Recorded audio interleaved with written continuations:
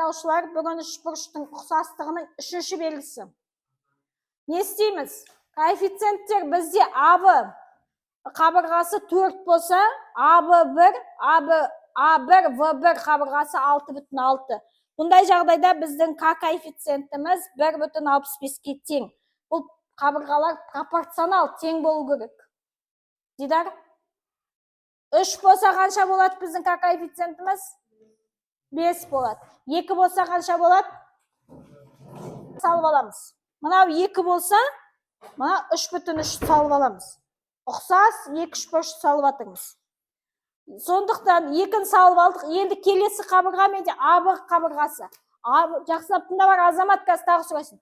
АБ қабырғасы менде 4. Яғни линейкамды 4 сантиметрға келтіріп алам. Радиусы 4 қылып міне келтіріп алам.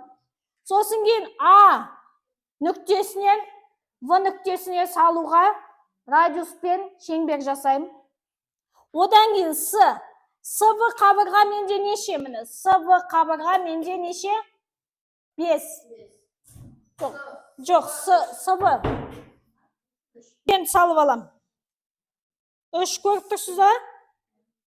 Міне радиусты 3-ке келтіріп аласыңдар. Менің циркульдің радиусын 3-ке келтіріп аласыздар.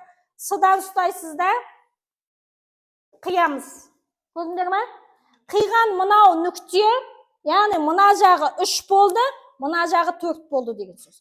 Бұлайынан сендер саламайсыңдар үшбұрышты. Өйткені бұл жерде миллион көлбеу бар, 4 болатын.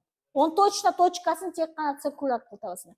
Екінші 4-ті біз К коэффициентіне көбейту арқылы А1, В1-ді аламыз. Ол 6,6. 4 болғанда мен 6,6 болады. Соны тоже 6,6-ға салып аласыңдар да радиусын. Қиясындар мына жерден. Одан мына жақ менде 3 болғанда ол 5 болу керек қабырға. Пропорционал коэффициентпен тауып аласыңдар 1,5-ке көбейтіп. Сонда мынамен былай қиясыңдар. Ана жерде 5 деген негізі пропорционал коэффициент 65 нете береді. 3 деп кете береді былайдан ше. Жуықтап есептеп қойдық. Сонда мына 2 үшбұрыш бір-біріне ұқсас. АБЦ үшбұрышы ұқсас А1, В1, С1 үшбұрышына. Қабырғалары пропорционал тең. Бұл үшінші белгісі. 3 қабырғасы да пропорционал тең болу керек.